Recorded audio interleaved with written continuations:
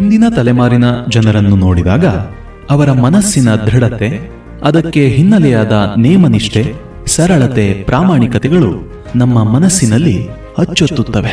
ಕನ್ನಡದಲ್ಲಿ ಹಿಂದಿನವರ ನೆನಪಿನ ಚಿತ್ರಗಳನ್ನು ಅಗಾಧ ಪ್ರಮಾಣದಲ್ಲಿ ಬರೆದವರು ಡಿ.ವಿ.ಜಿ. ಹಳೆಯ ಮೈಸೂರಿನ ಸಾಂಸ್ಕೃತಿಕ ಚರಿತ್ರೆಯೇ ಇಲ್ಲಿದೆ. ಒಂದು ದೇಶ ದೊಡ್ಡದಾಗಬೇಕಾದರೆ ಎಂಥ ವ್ಯಕ್ತಿಗಳು ಬೇಕು ಎಂಬುದನ್ನು ಡಿ.ವಿ.ಜಿ. ಸಹೃದಯತೆಯಿಂದ ಚಿತ್ರಿಸಿದ್ದಾರೆ.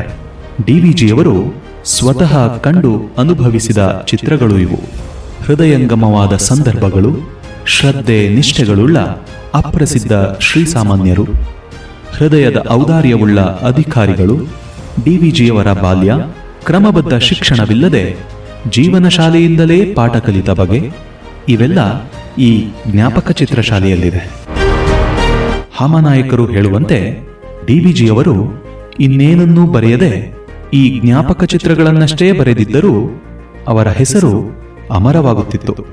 ಜ್ಞಾಪಕ ಚಿತ್ರಶಾಲೆಯಲ್ಲಿನ ವೈದಿಕ ಸಂಪ್ರದಾಯಸ್ಥರು ಕಾರ್ಯಕ್ರಮವು ಪ್ರತಿ ಶನಿವಾರ ಬೆಳಗ್ಗೆ 7:10 ಈ ಕಾರ್ಯಕ್ರಮದ ಮರುಪ್ರಸಾರ ಭಾನುವಾರ ಸಂಜೆ 7:10 ನಿಮ್ಮ ಜ್ಞಾನಧ್ವನಿ 90.8 FM ಸಮುದಾಯ ರೇಡಿಯೋದಲ್ಲಿ ಪ್ರಸಾರವಾಗಲಿದೆ.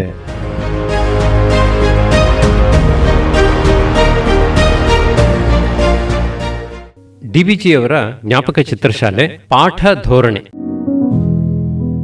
ವಿರೂಪಾಕ್ಷ ಶಾಸ್ತ್ರಿಗಳವರ ಪಾಠ ಧೋರಣೆಯನ್ನು ನಾನು ಹೇಗೆ ವರ್ಣಿಸಲಾದೀತು? ಸ್ಫೂರ್ಜದ್ಗಂಗಾ ಪ್ರವಾಹಾನುಕರಣ ಮಮಲೋ ಭಾರತೀ ತೀರ್ಥ ಏಷಃ ಎಂಬ ಪೂರ್ವಿಕರ ವಾಕ್ಯವೊಂದನ್ನು ಜ್ಞಾಪಕಕ್ಕೆ ತರುತ್ತಿತ್ತು. ಕನ್ನಡದಲ್ಲಿ ವಿವರಣೆ ಹೇಳುವರು, ನಡುವೆ ಇಂಗ್ಲಿಷ್ ಮಾತುಗಳನ್ನೂ ಬಳಸುವರು. ರೈಲು ಪ್ರಯಾಣ ಮೊದಲಾದ ಪರಿಚಿತ ಸಂದರ್ಭಗಳಿಂದ ದೃಷ್ಟಾಂತ ಕೊಡುವರು, ಕಾವ್ಯಗಳಿಂದ ಉದಾಹರಣೆ ಕೊಡುವರು. ಒಂದು ಸಾರಿ ಮಾಯಾಸ್ವರೂಪವನ್ನು ಕುರಿತು ಹೇಳುವಾಗ ಚಂಪೂ ಭಾರತದ ಒಂದು ವಾಕ್ಯವನ್ನು ಉದಾಹರಿಸಿದರು. ದ್ರೌಪದಿಗೆ ನಡು ಎಂಬ ಅಂಗವಿತ್ತೆಂಬುದನ್ನು ಅನುಮಾನದಿಂದ ಹೇಳಬೇಕಾಗಿದೆ. ದೇಹದ ಮೇಲಣ ಅರ್ಧವೂ ಕೆಳಗಿನ ಅರ್ಧಭಾಗವೂ ಕೂಡ ಬರುತ್ತಿದ್ದವು. ಆದದ್ದರಿಂದ ಆ ಶಿರೋಭಾಗ ಪಾದಭಾಗಗಳೆರಡೂ ಒಂದೇ ಒಡಲಿಗೆ ಸೇರಿದವು. ಅವೆರಡನ್ನೂ ಒಟ್ಟುಗೂಡಿಸುವ ಅವಯವ ಒಂದು ಇದ್ದಿರಲೇಬೇಕು ಎಂದು ನಾವು ಅನ್ವಯ ವ್ಯತಿರೇಕ ತರ್ಕದಿಂದ ಅನುಮಾನಿಸುತ್ತೇವೆ. ನಡು ಎಂಬುದಿತ್ತೋ ಇಲ್ಲವೋ, ಅಂಥ ಬಡನಡು. ಮಾಯಾ ವಿಚಾರವೂ ಹಾಗೆಯೇ, ಅದು ಇದೆಯೋ ಇಲ್ಲವೋ, ಇದೆ. ಹೀಗೆ ಶಾಸ್ತ್ರಿಗಳ ಪ್ರವಚನ ರೀತಿಗೆ ಇದು ಒಂದು ಸಣ್ಣ ಮಾದರಿ. ಶಾಸ್ತ್ರಿಗಳು ಎಲ್ಲ ಕಾವ್ಯಗಳನ್ನೂ ಪುರಾಣಗಳನ್ನೂ ನೋಡಿದ್ದವರು. ಇದರ ಜೊತೆಗೆ ಬಹು ವಿದ್ವತ್ ಸಂಪರ್ಕದಿಂದ ಸಂಪ್ರದಾಯ ಮರ್ಯಾದೆಗಳನ್ನು ತಿಳಿದುಕೊಂಡಿದ್ದವರು. ಅಧ್ಯಯನಕ್ಕೆ ಕುಳಿತಾಗ ಇವರು ಘನಪಾಠಿಗಳೆಂದೇ ತೋರುತ್ತಿತ್ತು. ಅಷ್ಟು ಶುದ್ಧವಾಗಿತ್ತು ಅವರ ಕಂಠಸ್ವರ ಮತ್ತು ಉದಾತ್ತಾನುದಾತ್ತಾದಿಗಳ ಉಚ್ಚಾರ. ಒಂದು ಉಪಮಾನ. ವಿರೂಪಾಕ್ಷ ಶಾಸ್ತ್ರಿಗಳು ಪಾಠದ ಅವಸರದಲ್ಲಿ ಉದಾಹರಣೆಗಾಗಿ ವಿನೋದದ ಕಥೆಗಳನ್ನು ಹೇಳುತ್ತಿದ್ದುದುಂಟು. ವಿರಕ್ತಿಯನ್ನು ಕುರಿತು ಹೀಗೆ ಹೇಳುತ್ತಿದ್ದರು. ನೋಡ್ರಿ, ನಮಗೆ ಯಾವುದೋ ಕಾರಣದಿಂದ ಹೊಟ್ಟೆ ಭಾರವಾಗಿ ಗುಡಗುಡ ಅಂತಿರುತ್ತದೆ. ಆಗ ತೋರುತ್ತದೆ ಕೊಂಚ ವಿರೇಚಕ ತೆಗೆದುಕೊಂಡರೆ ಜಡ್ಡು ಹೋಗಿ ಮೈ ಹಗುರವಾಗುತ್ತದೆ ಎಂದು. ಆಗ ಈ ಹೊತ್ತು ಬುಧವಾರ ಪುರುಸತ್ತಾಗಿದೆ ಎಂದು ಒಂದು ಚಟಾಕು ಹರಳೆಣ್ಣೆ ಕುಡಿಯೋಣ, ಅನಂತರ ವಿರೇಚನಕ್ಕಾಗಿ ಕಾದಿರೋಣ. ಗಂಟೆ 9:10 ಹಾಗೆಯೇ ಇರುವುದಾಗುತ್ತದೆ. ಎಣ್ಣೆ ಹೊಟ್ಟೆಯಲ್ಲಿ ಗುಡುಪ್ಪೆಂದು ಕೂತು ಬಿಟ್ಟಿರ್ತದೆ. ಗಂಟೆ 11 ಆಗ ಅಂದುಕೋತೇವು, ಇದು ಹೀಗಾಗೋದಿಲ್ಲ. ಸ್ನಾನ ಮಾಡಿ ಸಂಧ್ಯಾ ಮುಗಿಸಿ ಭೋಜನ ಮಾಡಿದರೆ ಆ ಶಾಖದಿಂದ ದೇಹದೊಳಗಿನ ಕಶ್ಮಲ ಕರಗಿ ಆ ಭಾರದಿಂದ ಜಾರಿ ಬಿದ್ದೀತು ಅಂತ. ನಾವು ಇಷ್ಟೆಲ್ಲ ಯೋಚನೆ ಮಾಡಿ ಸ್ನಾನ ಮಾಡಿ ಮೈ ಒರೆಸಿಕೊಂಡು ಸಂಧ್ಯಾವಂದನೆಗೆ ಕೂಡಬೇಕು ಅಂತ ಮಡಿಯುಟ್ಟು ಕಚ್ಚೆ ತಿಡುತ್ತಿರುವ ಕಾಲದಲ್ಲಿ ಬಂದು ಬಿಡುತ್ತದೆ ನೋಡ್ರಿ, ಮಾಡಿದ ಸ್ನಾನವೆಲ್ಲ ವ್ಯರ್ಥ. ವಿರಕ್ತಿ ಎಂಬುದು ಹೀಗೆಯೇ. ಸಂಸಾರ, ನಿಷ್ಠುರ, ಸಾಲ, ಮುಜುಗರ ಇದೆಲ್ಲ ಅನುಭವಿಸಿ ಸಾಕಪ್ಪ ಸಂಸಾರ ಅನಿಸುತ್ತದೆ. ಆಗ ಹೋಗಿ ಗುರುಗಳವರಲ್ಲಿ ಬೇಡಿ ಕಾಷಾಯ ಬೇಕೆಂದು ತಲೆ ಮುಂಡನ ಮಾಡಿಸಿಕೋತಾ ಇರೋ ಕಾಲಕ್ಕೆ ಬಂದು ಬಿಡುತ್ತದೆ ದಾರಾಪುತ್ರಾದಿಗಳ ಚಿಂತಿ. ಎಲ್ಲ ಇಷ್ಟು ಒಳ್ಳೆ ಹೆಂಡತಿ ಮಕ್ಕಳನ್ನು ಬಿಟ್ಟು ಹೋಗಬೇಕಲ್ಲ, ನನ್ನ ಮಕ್ಕಳು ಎಂಥ ಬುದ್ಧಿವಂತರು, ಇವರನ್ನು ಯಾಕೆ ಬಿಟ್ಟು ಹೋಗಬೇಕು 6 ತಿಂಗಳ ವೈರಾಗ್ಯ ಒಂದು ಕ್ಷಣದಲ್ಲಿ ಬಿಟ್ಟು ಹೋಗ್ತದೆ. ಆದದ್ದರಿಂದ ನಮ್ಮ ವೈರಾಗ್ಯಗಳನ್ನು ನೆಚ್ಚತಕ್ಕದ್ದಲ್ಲ. ಸಾಲ ಕಷ್ಟ ಎಂದರೆ ವೈರಾಗ್ಯ ಬರುತ್ತದೆ. ಒಳ್ಳೆಯ ಸೀರೆ ನೋಡಿದರೆ ವೈರಾಗ್ಯ ಹಾರಿ ಹೋಗ್ತದೆ. ಇದನ್ನು ತಿಳಿದೇ ದೊಡ್ಡ ಗುರುಗಳು ಶೃಂಗೇರಿ ಸನ್ನಿಧಾನದವರು ಯಾರಿಗೂ ಸನ್ಯಾಸ ಕೊಡುತ್ತಿರಲಿಲ್ಲ. ಯಾರಾದರೂ ಬಂದು ಸನ್ಯಾಸ ಬೇಕೆಂದು ಕೇಳಿದರೆ ಸನ್ಯಾಸಿಗಳ ಹಾಗೆ ಇದ್ದು ಬಿಡ್ರಲ್ಲ, ಅದನ್ನು ಕೊಡೋದೇನು? ಅದು ಕೊಡುವ ವಸ್ತುವಲ್ಲ. ಮಠದ ಹಾಗೆ ಭೋಜನ ಮಾಡ್ರಿ, ಶಾರದಮ್ಮನವರ ಸೇವೆ ಮಾಡ್ರಿ, ಪುರಾಣ ಶ್ರವಣ ಮಾಡ್ರಿ, ನಿಶ್ಚಿಂತರಾಗಿದ್ದು ಬಿಡ್ರಿ, ಅದೇ ತಾನೇ ಸನ್ಯಾಸ ಎನ್ನುತ್ತಿದ್ದರು. ಇನ್ನೂ ಬಲವಂತವಾಗಿ ಯಾರಾದರೂ ಕೇಳಿದರೆ ಬೇಗ ಬಂದ ವೈರಾಗ್ಯವನ್ನು ನಂಬತಕ್ಕದ್ದಲ್ಲ ಎನ್ನುವರು. ಆದದ್ದರಿಂದ ವೈರಾಗ್ಯಕ್ಕಾಗಿ ಆತುರ ಪಡಬಾರದು. ಬಂದ ವೈರಾಗ್ಯ ದೃಢವಾಗಿ ಬಹುಕಾಲ ಇರುತ್ತದೆಯೇ ಎಂದು ನೋಡಬೇಕು. ಬಿರುದು. ವಿರೂಪಾಕ್ಷ ಶಾಸ್ತ್ರಿಗಳವರಿಗೆ ಇಂಡಿಯಾ ಸರ್ಕಾರದವರು ಮಹಾಮಹೋಪಾಧ್ಯಾಯ ಎಂಬ ಬಿರುದನ್ನು ಕೊಟ್ಟರು. ನಮ್ಮ ಮಹಾರಾಜರು ವಿದ್ಯಾನಿಧಿ ಎಂಬ ಬಿರುದನ್ನು ಕೊಟ್ಟರು. ಅದರಿಂದ ನಮಗೆಲ್ಲ ಆಗಿದ್ದ ಸಂತೋಷವನ್ನು ಪ್ರಕಟಪಡಿಸಬೇಕು ಎಂದು ಸಂಕಲ್ಪಿಸಿ ಅದಕ್ಕಾಗಿ ಒಂದು ಸತ್ಕಾರ ಸಮಿತಿಯನ್ನು ಮಾಡಿಕೊಂಡೆವು. ಹಿಂದೆ ಸ್ಮರಿಸಿರುವ BV ಲಕ್ಷ್ಮಣರಾಯರು ಆ ಸಮಿತಿಯಲ್ಲಿ ಮುಖ್ಯರಾಗಿದ್ದರು. ಬಹುಮಾನ ಸಭೆ ಗೊತ್ತಾಗಿದ್ದದ್ದು ಒಂದು ಭಾನುವಾರ ಮಧ್ಯಾಹ್ನ 5 ಗಂಟೆಗೆಂದು. ಶಾಸ್ತ್ರಿಗಳ ತಕರಾರು. ಅಂದು ಸುಮಾರು 4 ಗಂಟೆಯ ವೇಳೆಗೆ ನಮ್ಮಲ್ಲಿ ಕೆಲ ಮಂದಿ ಶಂಕರ ಮಠಕ್ಕೆ ಬಂದೆವು. ಅಲ್ಲಿ ನಡೆಯಬೇಕಾಗಿದ್ದ ಏರ್ಪಾಟುಗಳನ್ನು ನೋಡಿಕೊಂಡು ಶಾಸ್ತ್ರಿಗಳನ್ನು ಒಂದು ಸಲ ಎಚ್ಚರಿಸಿ ಬರೋಣ ಎಂದು ಅವರ ಮನೆಗೆ ಹೋದೆವು. ಶಾಸ್ತ್ರಿಗಳೊಡನೆ ನಾವು ಮೊದಲು ಈ ಪ್ರಸ್ತಾವವನ್ನೆತ್ತಿದ್ದಾಗ ನಮ್ಮ ಈ ಸಂಕಲ್ಪಕ್ಕೆ ಅವರು ಒಪ್ಪಿರಲಿಲ್ಲ. ಏನೇನೋ ತಕರಾರು ಹೇಳಿದ್ದರು. ನಾವು ಬಹು ವಿಧವಾಗಿ ಒತ್ತಾಯ ಮಾಡಿದ ಮೇಲೆ ನೋಡೋಣ ಎಂದಿದ್ದರು. ಆದದ್ದರಿಂದ ಆಸಾಮಿಯನ್ನು ಖಾತರಿ ಮಾಡಿಕೊಳ್ಳೋಣವೆಂದು ನಮ್ಮ ತವಕ. ಮನೆಯಲ್ಲಿ ಹೋಗಿ ವಿಚಾರಿಸಿದರೆ ಶಾಸ್ತ್ರಿಗಳಿಲ್ಲ. ಬಹಳ ಹೊತ್ತಾಯಿತು ಹೋಗಿ ಎಂದರು. ನಾವೇನು ಮಾಡತಕ್ಕದ್ದು? ಎಲ್ಲೆಲ್ಲಿಯೋ ಹುಡುಕಿ ಸುತ್ತಾಡಿದೆವು. 4:45 ಗಂಟೆಯಾಯಿತು. ಕೊನೆಗೆ ಪತ್ತೆ ಮಾಡಿದೆವು. ಶಾಸ್ತ್ರಿಗಳು ಗುರು ದೇವಾಲಯದ ಪಶ್ಚಿಮ ಭಾಗದಲ್ಲಿ ಚರಂಡಿ ಪಕ್ಕದ ಹುಲ್ಲಿನ ಮೇಲೆ ಕುಳಿತಿದ್ದಾರೆ. ನಾವು ಕೇಳಿದೆವು, ಏನು ಇಲ್ಲಿ? ಗುರುಗಳು ದಯಮಾಡಿಸುತ್ತಾರೆ, ಅದಕ್ಕಾಗಿ ನಮ್ಮ ಗುರುಗಳಿದ್ದಾರಲ್ಲ ಎಂದು ನಾವು ಸಮಾಧಾನ ಪಟ್ಟೆವು. 10 ನಿಮಿಷದ ತರುವಾಯ ಹೊರಕ್ಕೆ ಬಂದು ನೋಡಿದೆವು, ಶಾಸ್ತ್ರಿಗಳು ಇರಲಿಲ್ಲ.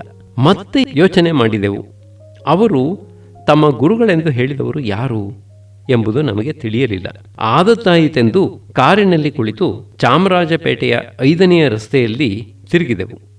ಅಲ್ಲಿ ಅಡ್ಡರಸ್ತೆಯ ಸಮೀಪದಲ್ಲಿ ನಮ್ಮ ಗುರುಗಳು ಬೇಗ ಬೇಗ ಹೆಜ್ಜೆ ಹಾಕುತ್ತಿದ್ದರು. ನಾವು ಕೇಳಿದೆವು, ನಾವು ಎಲ್ಲಿಗೆ ಪ್ರಯಾಣ? ಶಾಸ್ತ್ರಿಗಳು, ನಮ್ಮ ಗುರುಗಳ ಮನೆಗೆ. ನಾವು, ಯಾರು ತಮ್ಮ ಗುರುಗಳು?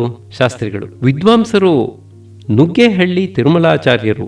ನಾವು ನುಗ್ಗೇಹಳ್ಳಿ ತಿರುಮಲಾಚಾರ್ಯರವರನ್ನೂ ವಿರೂಪಾಕ್ಷ ಶಾಸ್ತ್ರಿಗಳವರನ್ನೂ ಗಾಡಿಯಲ್ಲಿ ಕುಳ್ಳಿರಿಸಿಕೊಂಡು ಮಠಕ್ಕೆ ಬಂದೆವು. ಅಲ್ಲಿ ವಿರೂಪಾಕ್ಷ ಶಾಸ್ತ್ರಿಗಳವರಿಗಾಗಿ ಒಂದು ಪೀಠವನ್ನು ಅಣಿ ಮಾಡಿದೆವು. ಅದರ ಮೇಲೆ ಒಂದು ಸಣ್ಣ ರತ್ನಗಂಬಳಿ ಹಾಸಿದೆವು. ವಿರೂಪಾಕ್ಷ ಶಾಸ್ತ್ರಿಗಳವರು ಆ ಪೀಠದಲ್ಲಿ ನುಗ್ಗೇಹಳ್ಳಿ ತಿರುಮಲಾಚಾರ್ಯರನ್ನು ಕೂಡಿಸಿ ಗುರುವಂದನಕ್ಕೆ ಉಪಕ್ರಮ ಮಾಡಿದರು. ಆ ವಂದನ ಕ್ರಮವನ್ನು ಹಿಂದೆ ಪ್ರಸ್ತಾವಿಸಿದ್ದೇನೆ. ಆಮೇಲೆ ನಾವು ಮಠದ ಉಗ್ರಾಣದಲ್ಲಿ ಹುಡುಕಿ ಬೇರೊಂದು ಮನೆ ತರಲು ಕೆಲವು ನಿಮಿಷ ಬೇಕಾಯಿತು. ಶಾಸ್ತ್ರಿಗಳವರು ಆ ಇನ್ನೊಂದು ಮನೆಯ ಮೇಲೆ ಕುಳಿತರು. ಆಮೇಲೆ ಭಾಷಣಗಳು ನಡೆದವು. ಪ್ರತ್ಯುತ್ತರ. ಶಾಸ್ತ್ರಿಗಳವರು ಪ್ರತ್ಯುತ್ತರ ಹೇಳುವಾಗ ಹೀಗೆಂದ, ತಾವೆಲ್ಲ ಬಹು ಸಂತೋಷ ಪಟ್ಟಿದ್ದೀರಿ, ನಮಗೂ ಬಹ ಸಂತೋಷ. ನೀ ವಿದ್ಯಾನಿಧಿ, ನೀ ಮಹಾಮಹೋಪಾಧ್ಯಾಯ ಎಂದರೆ ಯಾರಿಗೆ ತಾನೇ ಸಂತೋಷವಾಗಲಿಕ್ಕಿಲ್ಲ? ಇದನ್ನು ನಮ್ಮ ಮಹಾರಾಜರು ಕೊಟ್ಟಿದ್ದಾರೆ, ಸಾರ್ವಭೌಮ ಸರ್ಕಾರದವರು ಕೊಟ್ಟಿದ್ದಾರೆ. ಇದೆಲ್ಲ ಸಂತೋಷ ಪಡಬೇಕಾದ ವಿಷಯವೇ. ಆದರೆ ಇನ್ನೊಬ್ಬ ಮಹಾರಾಜ ಇದ್ದಾನಲ್ಲ, ಸಾರ್ವಭೌಮರಿಗಿಂತ ದೊಡ್ಡ ರಾಜ, ಧರ್ಮರಾಜ ಪಿತೃಪತಿ ಎಂದು ಎಂದೋ ಒಂದು ದಿನ ಅಲ್ಲಿಗೆ ಹೋಗಬೇಕಾಗುತ್ತದಲ್ಲ. ಆಗ ಅವ ಕೇಳ್ಯಾನು, ಎಲ್ಲಾ ಅವ ಕೊಟ್ಟ, ನೀ ತಗೊಂಡಿ, ಯಾವ ವಿದ್ಯಾಕ್ಕೆ ನಿಧಿಯೋ ನೀನು ಅಂತ ಕೇಳುತ್ತಾನಲ್ಲ. ಆಗ ನಾವು ಏನು ಹೇಳಬೇಕು? ಎಲ್ಲ ಮುಗಿದ ಮೇಲೆ ಶಾಸ್ತ್ರಿಗಳನ್ನು ಅವರ ಮನೆಗೆ ಕರೆದುಕೊಂಡು ಹೋಗಿ ಬಿಡತಕ್ಕದ್ದು ಎಂದು ನಾವೆಲ್ಲ ಅವರ ಸಂಗಡ ಹೋದೆವು. ಅವರ ಮನೆಯಲ್ಲಿ ಹೆಣ್ಣು ಮಕ್ಕಳು ಮನೆಯ ಮುಂದೆ ರಂಗೋಲಿ ಇಟ್ಟು ಶಾಸ್ತ್ರಿಗಳವರಿಗೆ ಆರತಿ ಮಾಡಲು ಸಿದ್ಧಪಡಿಸಿಕೊಂಡಿದ್ದರು. ಶಾಸ್ತ್ರಿಗಳವರು ಆ ಸಮಯದಲ್ಲಿ ತಮ್ಮ ಪಕ್ಕದಲ್ಲಿ ನಿಂತಿದ್ದ ವೈದ್ಯನಾಥ ಶಾಸ್ತ್ರಿಗಳವರನ್ನು ರಟ್ಟೆ ಹಿಡಿದು ಸೆಳೆದು ಆ ರಂಗೋಲಿ ಮಣೆಯ ಮೇಲೆ ನಿಲ್ಲಿಸಿದರು. ವೈದ್ಯನಾಥ ಶಾಸ್ತ್ರಿಗಳವರು ನಗುತ್ತಾ, ವೈದ್ಯನಾಥ ಶಾಸ್ತ್ರಿಗಳು, ಒಂದು ಕ್ಷಣ ಹೇಳಿದ ಮಾತು ಕೇಳಬಾರದೆ? ನಿಮ್ಮ ಹೆಣ್ಣು ಮಕ್ಕಳಲ್ಲವೇ ಅವರು? ವಿರೂಪಾಕ್ಷ ಶಾಸ್ತ್ರಿಗಳು, ಅವರನ್ನು ನೀವು ಹೆಣ್ಣು ಮಕ್ಕಳಂತೆ ನೋಡತಕ್ಕವರು ತಾನೆ? ಹೀಗೆ ನಿರ್ಬಂಧದಲ್ಲಿ ನಮ್ಮ ಸತ್ಕಾರ ಪ್ರಯತ್ನ ಮುಕ್ತಾಯವಾಯಿತು.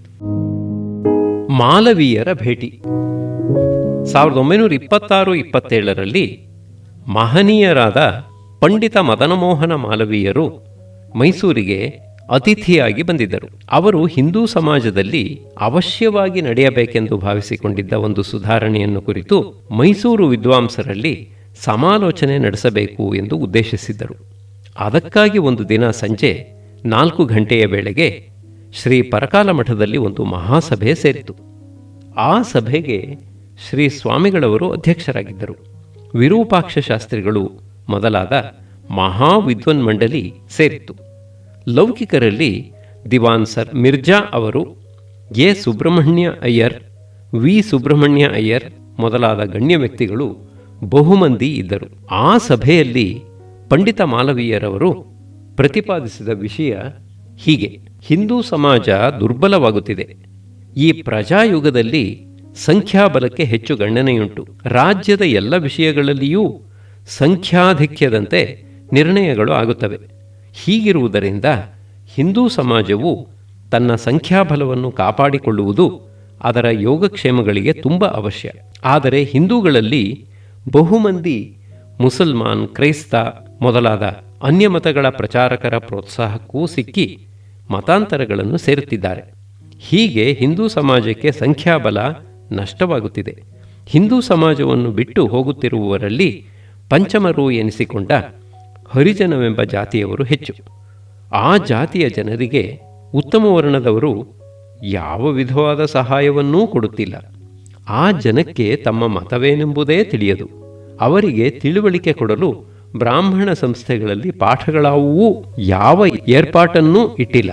ಹರಿಜನರೇ ಏಕೆ, ಇತರ ವರ್ಣಗಳವರಿಗೂ ನಮ್ಮ ಉತ್ತಮ ವರ್ಣದವರು ಮತ ಸಂಬಂಧವಾದ ಯಾವ ದೀಕ್ಷೆ ಸಂಸ್ಕಾರಗಳನ್ನು ಏರ್ಪಡಿಸಿಲ್ಲ. ಹೀಗೆ ಮತ ಸಂಸ್ಕಾರವಿಲ್ಲದವರು ಸನಾತನ ಧರ್ಮದ ಮಹತ್ವವನ್ನು ಕಾಣದೆ ತಮ್ಮ ಮತದಲ್ಲಿ ಏನೂ ತಿರಳಿಲ್ಲವೆಂದು ಭ್ರಾಂತಿಪಟ್ಟು ಮತಾಂತರಗಳಿಗೆ ಸೇರುವುದು ಅಪರೂಪವಲ್ಲ. ಈ ವಿಷಮ ಪರಿಸ್ಥಿತಿಯಲ್ಲಿ ಹಿಂದೂ ಜನರು ತಮ್ಮ ಧರ್ಮವನ್ನು ಸಂರಕ್ಷಿಸಿಕೊಳ್ಳುವುದಕ್ಕಾಗಿ ಕೆಲವು ಏರ್ಪಾಟುಗಳನ್ನು ನಡೆಸುವುದು ಈಗ ತೀರಾ ಅವಶ್ಯವಾಗಿದೆ. ಶ್ರೀಮಠದಂಥ ಸಂಸ್ಥೆಗಳವರು ಈ ಕಾರ್ಯವನ್ನು ಕೈಗೊಳ್ಳಬೇಕು. ಮಾಲವೀಯರ ಸೂಚನೆಗಳು. ಇಂಥ ಧರ್ಮಪೀಠದಿಂದ ನಿಯುಕ್ತರಾದ ಕೆಲ ಮಂದಿ ವಿದ್ವಾಂಸರು ಎಲ್ಲ ಬ್ರಾಹ್ಮಣೇತರ ವರ್ಗಗಳಿಗೂ ಒಂದು ಮತ ಸಂಸ್ಕಾರವನ್ನು ಮಾಡಿಸಿ ದೀಕ್ಷೆ ಕೊಡಲು ಸಿದ್ಧರಾಗಬೇಕು. 2. ಯಾವ ಹಿಂದೂ ಮನುಷ್ಯ ಗಂಡಸಾಗಲಿ ಹೆಂಗಸಾಗಲಿ ಸಂಸ್ಕಾರ ಬೇಕು ಎಂದು ಬಯಸುತ್ತಾನೋ ಆತನಿಗೆ ಒಂದು ಗೊತ್ತಾದ ಕ್ರಮದಲ್ಲಿ ಸಂಸ್ಕಾರ ಮಾಡಿಸತಕ್ಕದ್ದು. 3. ಒಂದು ಶುಭ ದಿನವನ್ನು ಗೊತ್ತು ಮಾಡಿ ಶ್ರೀರಾಮನವಮಿ, ಕೃಷ್ಣಾಷ್ಟಮಿ, ಶಿವರಾತ್ರಿ, ದುರ್ಗಾಷ್ಟಮಿ, ಮಹಾನವಮಿ ಇಂಥ ಒಂದು ದಿವಸ ಸಂಸ್ಕಾರಾಪೇಕ್ಷಿಗಳು ಒಂದು ಪವಿತ್ರ ಕ್ಷೇತ್ರದಲ್ಲಿ ಸೇರತಕ್ಕದು. 4. ಅವರು ಅಂದು ನದಿಯಲ್ಲಿಯೋ ಕೆರೆಯಲ್ಲಿಯೋ ಸ್ನಾನ ಮಾಡಿ ಮಡಿಬಟ್ಟೆಗಳನ್ನು ಉಟ್ಟು ಅವರ ಮನೆಯ ಸಂಪ್ರದಾಯಗಳಂತೆ ಮತ್ತು ಅವರವರ ಇಷ್ಟದಂತೆ ವಿಭೂತಿಯನ್ನೋ ನಾಮವನ್ನೋ ಧರಿಸಿ ಗೊತ್ತಾದ ಸ್ಥಳಕ್ಕೆ ಬರತಕ್ಕದ್ದು. 5. ಅಲ್ಲಿ ನಿಯುಕ್ತರಾದವರು ಆ ಭಕ್ತಜನರಿಂದ ಕಲಶ ಬಿಡಿಸಿ ಪೂಜೆ ಮಾಡಿಸಿ ಪ್ರದಕ್ಷಿಣ ನಮಸ್ಕಾರ ಮಾಡಿಸತಕ್ಕದು. 6. ಅನಂತರ ಅವರಿಂದ 12 ಸೂರ್ಯ ನಮಸ್ಕಾರಗಳನ್ನು ಮಾಡಿಸತಕ್ಕದ್ದು. 7. ಇದಾದ ಮೇಲೆ ನಿಯುಕ್ತನಾದ ಬ್ರಾಹ್ಮಣನು ಆ ಜನರನ್ನು ಒಬ್ಬೊಬ್ಬರನ್ನಾಗಿ ಕರೆದು ಅವರಿಗೆ ಶ್ರೀರಾಮ ತಾರಕ ಮಂತ್ರವನ್ನೋ, ಶಿವಪಂಚಾಕ್ಷರಿಯನ್ನೋ, ಶ್ರೀಮನ್ನಾರಾಯಣ ಅಷ್ಟಾಕ್ಷರಿಯನ್ನೋ ಹೇಳಿಕೊಟ್ಟು ಅವರ ಬಾಯಿಯಿಂದ 3 ಸಲ ಹೇಳಿಸತಕ್ಕದ್ದು. ಇದೇ ಉಪದೇಶ. 8. ಇದಾದ ನಂತರ ಆ ಭಕ್ತರು ತಮ್ಮ ತಮ್ಮ ಕಲಶಗಳನ್ನು ಕೈಯಲ್ಲಿ ಹಿಡಿದು ಊರಿನ ಗುಡಿಗೆ ಹೋಗಿ ಪ್ರದಕ್ಷಿಣೆ ಮಾಡಿ ಮಂಗಳಾರತಿ ಮಾಡಿಸಿ ಪ್ರಸಾದ ತೆಗೆದುಕೊಳ್ಳತಕ್ಕದ್ದು. 9. ಆಮೇಲೆ ಅವರು ಮನೆಗೆ ಹೋಗಿ ಆ ದಿನದ ಮಟ್ಟಿಗಾದರೂ ಮದ್ಯ ಮಾಂಸಗಳನ್ನು ಮುಟ್ಟದೆ ನಿಯಮದಿಂದ ಇರತಕ್ಕದ್ದು. 10. ಬಳಿಕ ಅವರು ಪ್ರತಿದಿನವೂ ಬೆಳಗ್ಗೆ ಅಥವಾ ಸಂಜೆ ತಮ್ಮ ಮನೆಯಲ್ಲಿ ದೇವರ ಪಟದ ಮುಂದೆ ದೀಪ ಹಚ್ಚಿ ಕುಳಿತು ತಮಗೆ ಉಪದೇಶವಾಗಿದ್ದ ಮಂತ್ರವನ್ನು 10 ಸಲ ಜಪಿಸತಕ್ಕದ್ದು. ಇಷ್ಟು ಮಾತ್ರದ ಸಂಸ್ಕಾರ ದೀಕ್ಷೆಯನ್ನಾದರೂ ನಮ್ಮ ಮಠಗಳು ಎಲ್ಲ ಹಿಂದೂ ವರ್ಗಗಳಿಗೂ ಕೊಡಿಸುವ ವ್ಯವಸ್ಥೆ ಮಾಡಿದರೆ ಆಗ ಆ ಜನಕ್ಕೆ ಹಿಂದೂ ಮತ ತಮ್ಮದೆಂಬ ಅಭಿಮಾನವೂ ಹಿಂದೂ ಸಮಾಜ ತಮ್ಮದೆಂಬ ಮಮತೆಯೂ ಉಂಟಾಗುತ್ತದೆ. ಆಗ ಸಮಾಜದ ಮೇಲ್ದರ್ಜೆಗಳಿಗೂ ಕೆಳದರ್ಜೆಗಳಿಗೂ ಒಂದು ಅಭಿಮಾನದ ಸಂಬಂಧ ಏರ್ಪಡುತ್ತದೆ. ಹಾಗಾದ ಮೇಲೆ ಹಿಂದೂ ಧರ್ಮದ ವಿಷಯದಲ್ಲಿ ಅನ್ಯಮತಸ್ಥರು ನಡೆಸುತ್ತಿರುವ ದಾಳಿ ತಗ್ಗುತ್ತದೆ. ಮೇಲಾಗಿ ಎಲ್ಲ ವರ್ಣಗಳವರಿಗೂ ಒಂದು ಆತ್ಮೋದ್ಧಾರದ ಉಪಾಯ ಲಭ್ಯವಾಗುತ್ತದೆ. ಈ ಸುಧಾರಣೆಯನ್ನು ಪಂಡಿತ ಮಾಲವೀಯರು ಲಲಿತವಾದ ಸಂಸ್ಕೃತ ಭಾಷೆಯಲ್ಲಿ ಪ್ರತಿಪಾದನೆ ಮಾಡಿದರು ಮತ್ತು ತಮ್ಮ ಸೂಚನೆಗಳನ್ನು ಅನುಕೂಲವಾದ ಶ್ರುತಿ ಸ್ಮೃತಿ ಪುರಾಣ ವಾಕ್ಯಗಳನ್ನು ಉದಾಹರಿಸಿ ಬಲಪಡಿಸಿದರು. ಈ ಉಪನ್ಯಾಸವು ವಿಷಯದಲ್ಲಿ ಗಂಭೀರವಾಗಿ, ರೀತಿಯಲ್ಲಿ ವಿನಯ ಸಂಪನ್ನವಾಗಿ, ಕ್ರಮದಲ್ಲಿ ಯುಕ್ತಿಯುಕ್ತವಾಗಿ, ಎಲ್ಲರಿಗೂ ಹೃದಯಂಗಮವಾಗಿತ್ತು. ಉಪನ್ಯಾಸವಾದ ಮೇಲೆ ಮಾಲವೀಯರು ನನ್ನ ಕಡೆ ತಿರುಗಿ ತಾವು ಸಂಗ್ರಹ ಮಾಡಿದ್ದ ಸಂಸ್ಕೃತ ವಾಕ್ಯಗಳ ಸಂಕಲನವನ್ನು ನಾನು ಕನ್ನಡದಲ್ಲಿ ಪ್ರಕಟಿಸಬೇಕೆಂದು ಸಲಹೆ ಕೊಟ್ಟರು. ಆದರೆ ಆ ವಾಕ್ಯಗಳ ಮೂಲವನ್ನು ಅವರು ನನಗೆ ಕಳುಹಿಸಲಾಗಲಿಲ್ಲ. ಅವರ 100 ಹವ್ಯಾಸಗಳ ಗದ್ದಲದಲ್ಲಿ ಈ ಉದ್ದೇಶ ಹಿಂದಕ್ಕೆ ಬಿತ್ತು. ಅದು ಬೇರೆ ವಿಷಯ. ವಿವಾದ. ಆ ದಿನ ಭಾಷಣದ ನಂತರ ಪಂಡಿತರುಗಳು ಮಾತನಾಡಿದರು. ಅವರಲ್ಲಿ ವಿರೂಪಾಕ್ಷ ಶಾಸ್ತ್ರಿಗಳು ಮುಖ್ಯರು. ಇವರು ಮಾಲವೀಯರ ಉಪನ್ಯಾಸವನ್ನು ಅವಧಾನವಿಟ್ಟು ಕೇಳಿದರು. ಮಾಲವೀಯರನ್ನೇ ದಿಟ್ಟಿಸಿ ನೋಡುತ್ತಿದ್ದರು. ಮಾಲವೀಯರು ಎಲ್ಲಿ ಶಾಸ್ತ್ರ ಸಂಪ್ರದಾಯಗಳಿಗೆ ಧಕ್ಕೆ ತರುವ ಸುಧಾರಣೆಗಳನ್ನು ಹೇಳಿಯಾರೋ ಎಂದು ಶಾಸ್ತ್ರಿಗಳಿಗೆ ಮನಸ್ಸಿನಲ್ಲಿ ಶಂಕೆ. ಮಾಲವೀಯರು ಹೇಳಿದ್ದು ದೊಡ್ಡ ವಿಷಯ, ಲೋಕಕಾರುಣ್ಯದ ವಿಷಯ, ಅವರು ಹೇಳಿದ್ದೆಲ್ಲ ವಿಚಾರ ಮಾಡಬೇಕಾದದ್ದು ಎಂದು ಮುಂತಾಗಿ ಶ್ಲಾಘನೆ ಮಾಡಿದರು. ಸಂಸ್ಕಾರದ ಅವಶ್ಯಕತೆಯನ್ನು ಶಾಸ್ತ್ರಿಗಳು ವಿರೋಧಿಸಲಿಲ್ಲ. ಆದರೆ ಮಾಲವೀಯರು ತಮ್ಮ ಉಪನ್ಯಾಸದಲ್ಲಿ ಸಂಸ್ಕಾರ ಪಡೆದ ಬ್ರಾಹ್ಮಣೇತರ ಜನರು ಶುಭ ದಿನಗಳಲ್ಲಿ, ಪುಣ್ಯ ದಿನಗಳಲ್ಲಿ, ತಮಗೆ ಬಿಡುವಾದ ದಿನಗಳಲ್ಲಿ, ಭಾನುವಾರ ಅಥವಾ ಸೋಮವಾರ ರಾಮಾಯಣವನ್ನೋ ಮಹಾಭಾರತವನ್ನೋ ಓದಬೇಕು ಅಥವಾ ಕೇಳಬೇಕು ಎಂದು ಹೇಳುತ್ತಿದ್ದಾಗ ಶಾಸ್ತ್ರಿಗಳವರು ಅದಕ್ಕೆ ಪ್ರವೇಶಿಸಿ ಶ್ರೋತವ್ಯಂ ಬ್ರಾಹ್ಮಣ ಮುಖೇನ ಶ್ರೋತವ್ಯಂ ಎಂದರು. ಬ್ರಾಹ್ಮಣ ಮುಖೇನ ಎಂಬ ಮಾತನ್ನು ಒತ್ತೊತ್ತಿ ಹೇಳುತ್ತಿದ್ದರು. ಅಂದು ಶ್ರೀ ಪರಕಾಲ ಮಠದ ಸ್ವಾಮಿಗಳವರು ಮೊದಲಿನಿಂದ ಕಡೆಯವರೆಗೂ ಪ್ರಸನ್ನರಾಗಿದ್ದರು. ವಿಷಯ ಬಹು ಮುಖ್ಯವಾದದ್ದೆಂದು, ಅವಶ್ಯವಾಗಿ ಪರ್ಯಾಲೋಚನೆ ಪಡೆಯತಕ್ಕದ್ದೆಂದು ಸಮಾಧಾನ ವಚನಗಳನ್ನಾಡಿ ಸಭೆಯನ್ನು ಮುಕ್ತಾಯ ಮಾಡಿದರು. ಸ್ವಸ್ತಿ. ನಮ್ಮ ಶಾಸ್ತ್ರಿಗಳವರಿಗಾದರೋ ಮನಸ್ಸಿನಲ್ಲಿ ಶಂಕೆ ಬಾಧಿಸುತ್ತಿತ್ತು. ಮಾಲವೀಯರು ಪ್ರಭಾವಶಾಲಿಯಾದ ಸಾರ್ವಜನಿಕ ಪುರುಷರು. ಅಂಥವರು ಪುರಾತನ ಸಂಪ್ರದಾಯಗಳಿಗೆ ಕುಠಾರಪ್ರಾಯರಾದಾರೇನೋ ಎಂಬ ಶಂಕೆ. ಅವರ ಮನಸ್ಸು ಹೀಗೆ ಉದ್ವಿಗ್ನವಾಗಿದ್ದಾಗ ಒಂದು ಪದ್ಯ ಹೇಳಿದರು.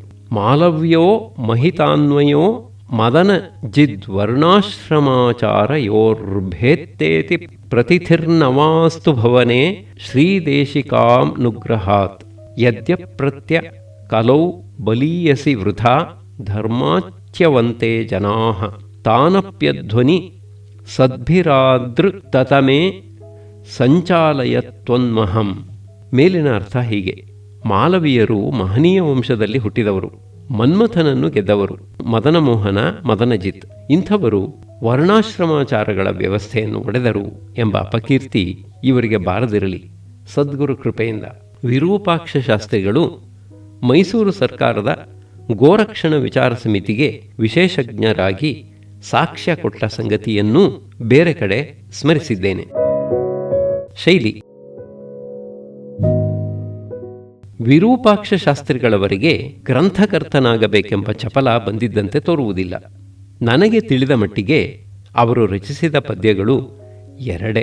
ಈ ಮೇಲಿನದೊಂದು, ಇನ್ನೊಂದು ಅವರು ಪೂರ್ವಮೀಮಾಂಸಾ ಭಾಷ್ಯಕ್ಕೆ ಬರೆದ ಪೀಠಿಕೆಯಲ್ಲಿನ ಗುರುವಂದನ ಶ್ಲೋಕ. ಜೈಮಿನಿಯ ಸೂತ್ರಗಳ ಮೇಲೆ ಶಬರಸ್ವಾಮಿಗಳು ರಚಿಸಿರುವ ಭಾಷ್ಯವನ್ನು ಪುಣೆಯ ಆನಂದಾಶ್ರಮದವರು ಪ್ರಕಟಪಡಿಸಿದರು. ಅದು ಬಹುದೊಡ್ಡ ಗ್ರಂಥ. ಅದನ್ನು ಪರಿಷ್ಕಾರಪಡಿಸಿ ಟೀಕೆ ಟಿಪ್ಪಣಿಗಳನ್ನು ಒದಗಿಸಿ ಸಂಪಾದನ ಮಾಡಿದವರು ಹಿಂದೆ ಹೇಳಿದ ಮೀಮಾಂಸಾ ಕಂಠೀರವ ವೈದ್ಯನಾಥ ಶಾಸ್ತ್ರಿಗಳು. ಈ ಉದ್ಗ್ರಂಥಕ್ಕೆ ವಿರೂಪಾಕ್ಷ ಶಾಸ್ತ್ರಿಗಳವರಿಂದ ಒಂದು ಮುನ್ನುಡಿಯನ್ನು ಬರೆಯಿಸಿದರು. ಅದರಲ್ಲಿ ತೋರುತ್ತದೆ ಶಾಸ್ತ್ರಿಗಳ ಗದ್ಯಶೈಲಿ ಎಷ್ಟು ಮನೋಹರವಾದದ್ದು ಎಂದು. ವಿದ್ಯಾರ್ಥಿ ದಶೆಯಲ್ಲಿ ವಿರೂಪಾಕ್ಷ ಶಾಸ್ತ್ರಿಗಳವರು ಸ್ವ ವಿಷಯವನ್ನು ಹೇಳುತ್ತಿದ್ದದ್ದು ತುಂಬ ಅಪರೂಪ. ಅದಕ್ಕೆ ಅವರಿಗೆ ಪುರಸತ್ತೂ ಇರಲಿಲ್ಲ. ಪ್ರಾಸ್ತಾವಿಕವಾಗಿ ಬಹುಮಟ್ಟಿಗೆ ಉದಾಹರಣೆಗಾಗಿ ಅವಶ್ಯವಾದಾಗ ಒಂದೆರಡು ಮಾತು ಹೇಳುತ್ತಿದ್ದರು. ವಿದ್ಯಾರ್ಥಿ ದಶೆಯಲ್ಲಿ ಅವರು ಸಿದ್ದಿಕಟ್ಟೆಯಲ್ಲಿ ಪೂರ್ಣಯ್ಯನವರ ಸತ್ರದ ಹತ್ತಿರ ಎಲ್ಲೋ ವಾಸವಾಗಿದ್ದರಂತೆ. ಆಗ ಆ ಪ್ರದೇಶದಲ್ಲಿ ಬ್ರಾಹ್ಮಣರ ಅಗ್ರಹಾರ ಇತ್ತು. ಈಗ ಅದೆಲ್ಲ ಬದಲಾಯಿಸಿ ಹೋಗಿದೆ. ಹಿಂದಿನ ಕಾಲದಲ್ಲಿ ಪೂರ್ಣಯ್ಯನವರ ಸತ್ತರದಲ್ಲಿಯೂ ವಾಸುದೇವ ಶಾಸ್ತ್ರಿಗಳ ಮನೆಯಲ್ಲಿಯೂ ಬೇರೆ ಒಂದೆರಡು ಕಡೆಯೂ ಬ್ರಾಹ್ಮಣ ವಿದ್ಯಾರ್ಥಿಗಳಿಗೆ ಧರ್ಮಾರ್ಥವಾಗಿ ಭೋಜನವಿಡುವ ಏರ್ಪಾಟಿತ್ತು. ಅಂಥ ಒಂದು ಕಡೆ ಶಾಸ್ತ್ರಿಗಳು ಭೋಜನ ಮಾಡಿ ಆ ಸಮೀಪದಲ್ಲಿಯೇ ಒಂದು ಮನೆಯಲ್ಲಿ ವಾಸವಿದ್ದರು. ಆಗ್ಗೆ ಶಾಸ್ತ್ರಿಗಳು ಇನ್ನೂ ಅವಿವಾಹಿತರು. ಅವರು ಇದ್ದ ಮನೆಯಲ್ಲಿ ಒಂದು ಕೋಣೆಯನ್ನು ಬಾಡಿಗೆಗೆ ತೆಗೆದುಕೊಂಡಿದ್ದರು. ಬಾಡಿಗೆ ತಿಂಗಳಿಗೆ ಒಂದು ಪಾವಲಿ. ಎಲೆಕ್ಟ್ರಿಕ್ ದೀಪ ಎಂಬುದು ಇನ್ನೂ ಬಂದಿರಲಿಲ್ಲ. ಆಗ ರಾತ್ರಿ ಗ್ರಂಥವ್ಯಾಸಂಗಕ್ಕಾಗಿ ಶಾಸ್ತ್ರಿಗಳು ಮಾಡಿಕೊಂಡಿದ್ದ ಏರ್ಪಾಟು ಈಗಿನವರು ಕೇಳಬೇಕಾದದ್ದು. ಓದಿಗೆ ಕೂಡುವ ಹೊತ್ತಿನಲ್ಲಿ ಒಂದು ಮಣ್ಣು ಹಣತೆಯಲ್ಲಿ ಕೊಂಚ ಎಣ್ಣೆ ಹಾಕಿ ಬತ್ತಿ ನೆನೆಸಿ ಅದನ್ನು ಆ ಮನೆಯೊಳಗಿನ ಮನೆಯವರು ಇಟ್ಟಿದ್ದ ದೇವರ ನಂದಾದೀಪದಿಂದ ಹೊತ್ತಿಸಿಕೊಳ್ಳುವರು. ಹಾಗೆ ಆದ ಬೆಳಕಿನಲ್ಲಿ ತಾಳೆಯೋಲೆಯ ಪುಸ್ತಕವನ್ನು ತೆರೆದು ಓಲೆಯ ಒಂದು ಪಕ್ಕವನ್ನು 2-3 ಸಲ ಓದುವರು. ಆಗ ಪ್ರಿಂಟೂ ಇರಲಿಲ್ಲ. ತಾಳೆಯೋಲೆಯ ಒಂದು ಪಕ್ಕದಲ್ಲಿ ಸುಮಾರು 8-10 ಪಂಕ್ತಿ ಮೋಡಿ ಬರಹ ಇರುತ್ತಿತ್ತು. ಶಾಸ್ತ್ರಿಗಳು ಅಷ್ಟನ್ನು ಮೊದಲಿನಿಂದ ಕಡೆಯವರೆಗೆ ಒಂದು ಬಾರಿ ಓದುವರು, ಆಮೇಲೆ ಇನ್ನೊಂದು ಬಾರಿ, ಆಮೇಲೆ ಬಹುಶಃ ಇನ್ನೂ ಒಂದು ಬಾರಿ. ಹೀಗೆ 2-3 ಸಲ ಓದಿದಷ್ಟರಲ್ಲಿ ಗ್ರಂಥವಾಕ್ಯಗಳು ಬಾಯಿಗೆ ಒದಗುತ್ತಿದ್ದವು. ಈಗ ಅವರು ದೀಪವನ್ನು ಆರಿಸುವರು. ಬೀದಿಗೆ ಬಂದು ಗ್ರಂಥವಾಕ್ಯಗಳನ್ನು ಬಾಯಿಂದ ನುಡಿಯುತ್ತಾ ಈ ಕಡೆಯಿಂದ ಆ ಕಡೆಗೂ ಆ ಕಡೆಯಿಂದ ಈ ಕಡೆಗೂ ಶತಪಥ ತುಳಿಯುವರು. ಆಗ ಅವರ ಮನಸ್ಸಿಗೆ ಗ್ರಂಥ ಸ್ವಾಧೀನವಾಯಿತು ಎಂದು ದೃಢಪಡುವುದು. ಅದಾದಾಗ ಅವರು ಮತ್ತೆ ತಮ್ಮ ಕೋಣೆಯೊಳಕ್ಕೆ ಹೋಗಿ ಹಣತೆಯನ್ನು ನಂದಾದೀಪದಿಂದ ಮತ್ತೆ ಹಚ್ಚಿಕೊಂಡು ಬರುವರು. ಎಣ್ಣೆಯ ವೆಚ್ಚವನ್ನೂ ಬೆಂಕಿ ಕಡ್ಡಿಯ ವೆಚ್ಚವನ್ನೂ ಉಳಿಸುವುದಕ್ಕಾಗಿ ಈ ಏರ್ಪಾಟು. ಈಗ ಓಲೆಯ 2ನೆಯ ಪುಟ, ಅದನ್ನೂ ಹೀಗೆ ಗಟ್ಟಿ ಮಾಡುವರು. ಅದೂ ಸ್ವಾಧೀನವಾಯಿತು ಎಂದರೆ ಆಗ ಮತ್ತೊಂದು ಓಲೆಯ ಮುಂದಿನ ಪುಟ, ಆಮೇಲೆ ಹಿಂದಿನ ಪುಟ. ಹೀಗೆ ಅವರ ಗ್ರಂಥವ್ಯಾಸಂಗ. ಸ್ವಸಂಬೋಧನೆ. ಒಂದಾನೊಂದು ಪುಟದ ವಿಷಯವನ್ನು ಬಾಯಿಂದ ನುಡಿದುಕೊಂಡು ಶತಪಥ ನಡೆಯುತ್ತಿದ್ದಾಗ ಗ್ರಂಥವಾಕ್ಯ ನೆನಪಿಗೆ ಬರಲಿಲ್ಲ ಎನ್ನಿ. ಆಗ ಶಾಸ್ತ್ರಿಗಳವರು ಬಲಗೈಯಿಂದ ತಮ್ಮ ಮೂಗನ್ನು ಹಿಡಿದುಕೊಂಡು 2 ಕೆನ್ನೆಗಳ ಮೇಲೂ ಫಟೀರೆಂದು ಬಡಿದುಕೊಳ್ಳುವರು. ಗ್ರಂಥವಾಕ್ಯವು ತಪ್ಪದೆ ಸರಾಗವಾಗಿ ಬಾಯಿಗೆ ಬಂದಾಗ ಶಾಸ್ತ್ರಿಗಳು ಅವರು ಎಲ್ಲಾ ವಾಮನ, ಏನು ವಿದ್ವಾಂಸನಾಗಿ ಬಿಟ್ಯೋ ಎಂದು ತಮ್ಮನ್ನು ತಾವೇ ಪ್ರೋತ್ಸಾಹಿಸಿಕೊಳ್ಳುವರು. ಹಾಗಲ್ಲದೆ ಹೋದಾಗ ಎಲ್ಲಾ ವಾಮನ, ಏನು ಮೂರ್ಖ ಹುಟ್ಟಿದೆಯೋ ಎಂದು ತಮ್ಮನ್ನು ತಾವೇ ದಂಡಿಸಿಕೊಳ್ಳುವರು. ಹೇಗೆ ಮನುಷ್ಯನು ತನ್ನೊಳಗಿನ ಮೌಢ್ಯದಿಂದ ತಾನು ತಾನಲ್ಲದೆ ಬೇರೆ ಯಾರೋ ಎಂಬಂತೆ ನಡೆದುಕೊಳ್ಳುತ್ತಾನೆ ಎಂಬುದನ್ನು ನಿದರ್ಶನಪಡಿಸುವುದಕ್ಕಾಗಿ ವೇದಾಂತ ಪಾಠಕಾಲದಲ್ಲಿ ಹೇಳಿದ ಕಥೆ ಇದು. ಸಾಂಪ್ರದಾಯಿಕತೆ. ಶಾಸ್ತ್ರಿಗಳವರು ಶಾಸ್ತ್ರಕರ್ಮ ಸದಾಚಾರಗಳ ವಿಷಯದಲ್ಲಿ ಶ್ರದ್ಧೆಯೇ ಮೂರ್ತೀಭವಿಸಿದಂತೆ ನಡೆದುಕೊಳ್ಳುತ್ತಿದ್ದರು.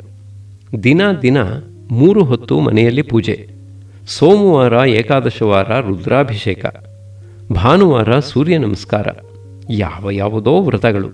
ಹೀಗಾಗಿ ಅವರಿಗೆ ಬಹುಮಟ್ಟಿಗೆ ಒಪ್ಪತ್ತಿನ ಊಟ.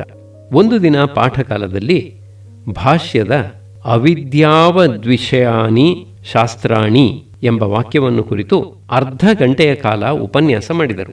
ಆ ಸಮಯದಲ್ಲಿ ಆತ್ಮವಸ್ತು ಪರಮಶುದ್ಧವಾದದ್ದು, ನಿತ್ಯ ಶುದ್ಧ ಬುದ್ಧ ಮುಕ್ತ ಸ್ವಭಾವವಾದದ್ದು, ನ ಶಾಸ್ತ ನ ಶಾಸ್ತ್ರಂ ಇತ್ಯಾದಿ ವಾಕ್ಯಗಳನ್ನು ಉದಾಹರಿಸಿ ಪರತತ್ವದ ಸ್ವರೂಪವನ್ನು ಹೇಳಿ ಕೇಳಿದವರಿಗೆ ಪುಲಕಾಂಕನವನ್ನು ಉಂಟು ಮಾಡಿದರು. ಮಾರನೆಯ ದಿನ ನಾನು ಯಥಾಪ್ರಕಾರ ಪಾಠಕ್ಕಾಗಿ ಹೋದಾಗ ಅವರ ಮನೆಯವರು ಶಾಸ್ತ್ರಿಗಳು ನಿನ್ನೆ ರಾತ್ರಿಯೇ ಊರಿಗೆ ಯಜ್ಞಕ್ಕೋಸ್ಕರ ದಯಮಾಡಿಸಿದರು, ಬರಲು 2-3 ದಿನ ಆದೀತು ಎಂದು ಹೇಳಿದರು. ನಾನು ಶಾಸ್ತ್ರಿಗಳವರನ್ನು ಮತ್ತೆ ಕಂಡಾಗ ಈ ವಿಚಾರವನ್ನು ಎತ್ತಿದೆ. ಅವರು ನಗುಮುಖದಿಂದ ಹೇಳಿದರು, ಹೌದು ಹೌದು, ಆ ಹೊತ್ತು ಹೇಳಿದ್ದೆಲ್ಲ ಜ್ಞಾನಿಗಳಿಗೆ ಸಂಬಂಧಪಟ್ಟದ್ದು. ಅದು ಸದಾಶಿವ ಬ್ರಹ್ಮೇಂದ್ರರಂಥವರಿಗೆ ಅನ್ವಯಿಸತಕ್ಕದ್ದು. ನಾವು ಇನ್ನೂ ಕರ್ಮ ಪ್ರಪಂಚದಲ್ಲೇ ಇದ್ದೇವಲ್ಲ. ಪುಣ್ಯಕರ್ಮದಿಂದ ಮನಸ್ಸು ಪರಿಪಕ್ವವಾದ ಮೇಲೆ ಬರುವ ಸ್ಥಿತಿ ಅದು. ಈಗ ಕರ್ಮ ಮಾಡೋಣ. ಶ್ರೌತ ಕರ್ಮನಿಷ್ಠೆ. ಶಾಸ್ತ್ರಿಗಳವರ ಸಮೀಪ ಬಂಧುಗಳೊಬ್ಬರು ಸೋಮಯಾಜಿಗಳು. ಶಾಸ್ತ್ರಿಗಳವರ ಆಶ್ರಯದಲ್ಲಿ ಆ ಬಂಧುಗಳು ಬೆಂಗಳೂರು ಶಂಕರ ಮಠದ ಆವರಣದಲ್ಲಿ ಒಂದು ಯಾಗ ಮಾಡಿದರು. ನಾನು ಹೋಗಿ ನೋಡಿದೆ. ಆ ಯಾಗ ಪ್ರಾರಂಭಕ್ಕೆ 15 ದಿನ ಹಿಂದೆ ಅದಕ್ಕಾಗಿ ದ್ರವ್ಯ ಸಹಾಯ ಸಂಪಾದಿಸಿಕೊಡಬೇಕೆಂದು ನನಗೆ ಶಾಸ್ತ್ರಿಗಳು ಆಜ್ಞೆ ಮಾಡಿದರು. ನಾನು ಹೇಳಿದೆ, ನನ್ನ ಸ್ನೇಹಿತರು ದ್ರವ್ಯ ಸಹಾಯ ಮಾಡಬಲ್ಲವರು, ದೇಶಾಂತರ ಸಂಚಾರ ಮಾಡಿರುವರು, ಸಮುದ್ರಯಾನ ಮಾಡಿ ಬಂದವರಾಯಿತಲ್ಲ ಶಾಸ್ತ್ರಿಗಳು. ಇದರಿಂದ ಆ ಸಮಸ್ತ ಪಾಪಗಳು ಪರಿಹಾರವಾಗಿ ಬಿಡುತ್ತದೆ. ಹೀಗೆ ಸಮಾಧಾನ ಹೇಳಿದರು. ಈ ಕಾಲದವರು ಮತ್ತೊಂದು ಶಂಕ ಉಂಟಲ್ಲ, ಪ್ರಾಣಿ ಹಿಂಸೆ ಆಗ್ತದೆ ಇತ್ಯಾದಿಯಾಗಿ. ಅದು ಅಸಂಗತ ಭಾವನಾ. ಪಶುವಿಗೆ ಸ್ವರ್ಗಾದಿ ಲೋಕ ಪ್ರಾಪ್ತವಾಗುತ್ತದೆ, ಅದಕ್ಕೆ ಹಿರಣ್ಯ ಶೃಂಗ ಬರುತ್ತದೆ, ಹಿಂಸೆಗೆ ಬದಲಾಗಿ ಉಪಕಾರವೇ ಆಗ್ತದೆ. ಅದು ಅವರ ನಂಬಿಕೆ. ನಂಬಿಕೆ ಎಂಬುದು ಪರಮಪೂಜ್ಯ ವಸ್ತು. ಅನೇಕರು ಸಂದೇಹ ಪಟ್ಟಿದ್ದನ್ನು ಶಾಸ್ತ್ರಿಗಳು ದೃಢವಾಗಿ ನಂಬಿ ಆ ದಾರ್ಢ್ಯವನ್ನು ತ್ರಿಕರಣ ಶುದ್ಧಿಯಿಂದ ನಡೆದರಲ್ಲ, ಅವರ ವಿಷಯದಲ್ಲಿ ನನ್ನ ಗೌರವ, ಅದಕ್ಕೆ ಮನ್ನಣೆ. ಒಂದು ಪ್ರಕರಣ. ಒಂದು ದಿನ ಮಧ್ಯಾಹ್ನ ಸುಮಾರು 3 ಗಂಟೆ ನಾನು ಪಾಠಕ್ಕಾಗಿ ಶಂಕರ ಮಠದ ದಕ್ಷಿಣ ಪಾರ್ಶ್ವದಲ್ಲಿರುವ ಸತ್ರದ ಬಳಿ ಪದ್ಧತಿಯಂತೆ ನಿಂತಿದ್ದೆ. ಅಂದು ಮೈಸೂರು ವಿದ್ಯಾ ಇಲಾಖೆಯ ಡೆಪ್ಯೂಟಿ ಇನ್ಸ್ಪೆಕ್ಟರ್ ಜನರಲ್ ಆಗಿದ್ದ ಬಿ ದಾಸಪ್ಪನವರು ಮಾರ್ಗವಶಾತ್ ಹೋಗುತ್ತಿದ್ದವರು ನನ್ನನ್ನು ಕಂಡು ಹತ್ತಿರ ಬಂದರು. ಅವರು ಇಂಗ್ಲಿಷ್ ಸಾಹಿತ್ಯದಲ್ಲಿ ಮಹಾವಿದ್ವಾಂಸರು. ನನ್ನ ಬಾಲ್ಯದಿಂದ ನನ್ನನ್ನು ಬಲ್ಲವರು. ಅವರು ಮಹಾರಾಜ ಕಾಲೇಜ್ ಹಾಸ್ಟೆಲಿನ ವಾರ್ಡನ್ ಅಧಿಕಾರಿಯಾಗಿದ್ದಾಗ ನಾನು ಆ ಹಾಸ್ಟೆಲ್ಲಿನಲ್ಲಿದ್ದೆ. ಅಷ್ಟೇ ಅಲ್ಲದೆ ನನ್ನ ತಂದೆಯ ಅಪೇಕ್ಷೆಯ ಮೇರೆಗೆ ನನಗೆ ಮೈಸೂರಿನಲ್ಲಿ ಗಾರ್ಡಿಯನ್ನಿನಂತೆ ಇದ್ದವರು ದಾಸಪ್ಪನವರು. ಅವರ ಮನೆಗೆ ನಾನು ವಾರವೂ ಹೋಗುತ್ತಿದ್ದೆ. ಅಂದಿನಿಂದ ಅವರಿಗೆ ನನ್ನಲ್ಲಿ ತುಂಬ ವಿಶ್ವಾಸ. ನನ್ನಿಂದ ಶೇಕ್ಸ್ಪಿಯರ್, ಗಿಬ್ಬನ್ ಮೊದಲಾದ ಉದ್ಗ್ರಂಥಗಳನ್ನು ಓದಿಸುತ್ತಿದ್ದರು. ಈ ಹಳೆಯ ವಾತ್ಸಲ್ಯದಿಂದ ಅವರು ನನ್ನನ್ನು ಕೇಳಿದರು, ದಾಸಪ್ಪನವರು, ಇದೇನು ಇಲ್ಲಿದ್ದೀ? ನಾನು ಪಾಠಕ್ಕಾಗಿ ಎಂದು ವಿಷಯವನ್ನು ಕೊಂಚ ಹೇಳಿದೆ. ದಾಸಪ್ಪನವರು, ಸಂತೋಷ, ನಾನು ಶಾಸ್ತ್ರಿಗಳನ್ನು ನೋಡಬೇಕೆಂದುಕೊಳ್ಳುತ್ತಿದ್ದೆ, ಈಗ ಒಳ್ಳೆಯ ಸಮಯವೇ ಆಯಿತು ಎಂದು ನಿಂತರು. 1-2 ನಿಮಿಷಗಳೊಳಗಾಗಿ ಶಾಸ್ತ್ರಿಗಳು ಅಲ್ಲಿಗೆ ಚಿತ್ತೈಸಿದರು.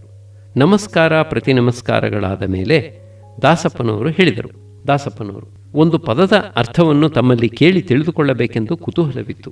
ವಿರೂಪಾಕ್ಷ ಶಾಸ್ತ್ರಿಗಳು, ಏನದು? ಅಪ್ಪಣೆ ಮಾಡೋಣವಾಗಲಿ. ದಾಸಪ್ಪನವರು, ಸಮೃಢೀಕಾ ಸರಸ್ವತಿ ಎಂದು ಬರುತ್ತದಲ್ಲ ವೇದದಲ್ಲಿ, ಸಮೃಢೀಕಾ ಎಂದರೆ ಏನು ಅಭಿಪ್ರಾಯ? ವಿರೂಪಾಕ್ಷ ಶಾಸ್ತ್ರಿಗಳು, ಆಫೀಸಿಗೆ ಹೊರಟ ಹಾಂಗದೆ ಯಜಮಾನರು. ಹೀಗೆ ಶಾಸ್ತ್ರಿಗಳು ವಿಷಯಾಂತರಕ್ಕೆ ತಿರುಗಿದರು. ದಾಸಪ್ಪನವರು, ನಾನು ಹೇಳಿದ್ದು ವಿರೂಪಾಕ್ಷ ಶಾಸ್ತ್ರಿಗಳು, ಏನು ನಡೆದುಕೊಂಡೇ ಹೋಗ್ತಿರೋಣ ಆಗ್ಯದಲ್ಲ ಈ ಬಿಸಿಲಾಗೆ. ದಾಸಪ್ಪನವರು, ಏನೋ ಹೊರಟೆ, ಹಾಗೇ ಯೋಚನೆ ಮಾಡುತ್ತಾ. ವಿರೂಪಾಕ್ಷ ಶಾಸ್ತ್ರಿಗಳು, ಆಫೀಸಿಗೆ ಹೊತ್ತಾಗ್ತದಲ್ಲ.